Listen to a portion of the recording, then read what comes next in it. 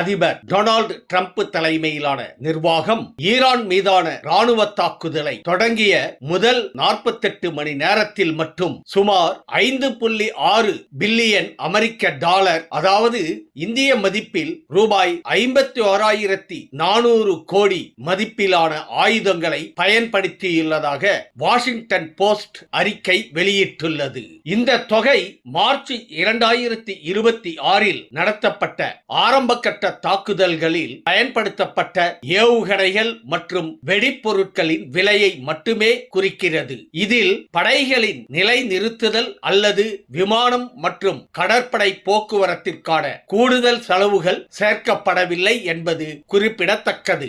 இந்த தாக்குதல்களில் சுமார் 2000க்கும் மேற்பட்ட மேம்பட்ட ஆயுதங்கள் பயன்படுத்தப்பட்டுள்ளன. மேலும் ஈரானின் 5000க்கும் மேற்பட்ட இலக்குகள் தாக்கப்பட்டதாக தகவல்